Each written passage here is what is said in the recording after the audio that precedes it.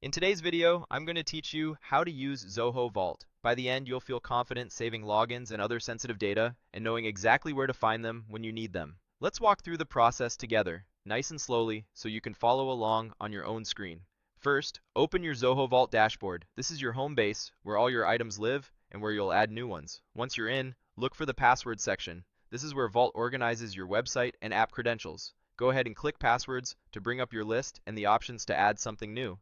Now click the Add button. You'll see different item types you can store. Choose Site to create a login entry for a website or an app. You'll be shown a catalog of popular services, as well as a way to find the one you use. Click the site or app you want to store. This helps Vault label and recognize the entry so it can match it later when you visit that site.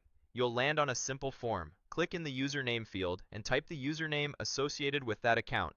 This simply records it inside Vault. It does not change the username on the actual site or app. It's just a safe, centralized place to remember it.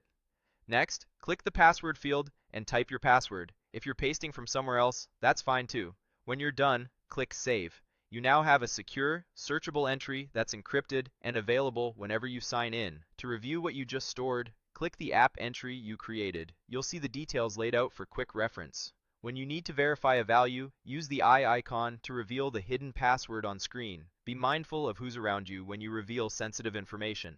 Vault can also help you autofill credentials on supported browsers and devices, so signing in becomes faster and less error-prone. If you want to store more than passwords, you can. Click Add again, and this time, choose Address. This is helpful for keeping a private address ready for quick checkout forms or profile updates.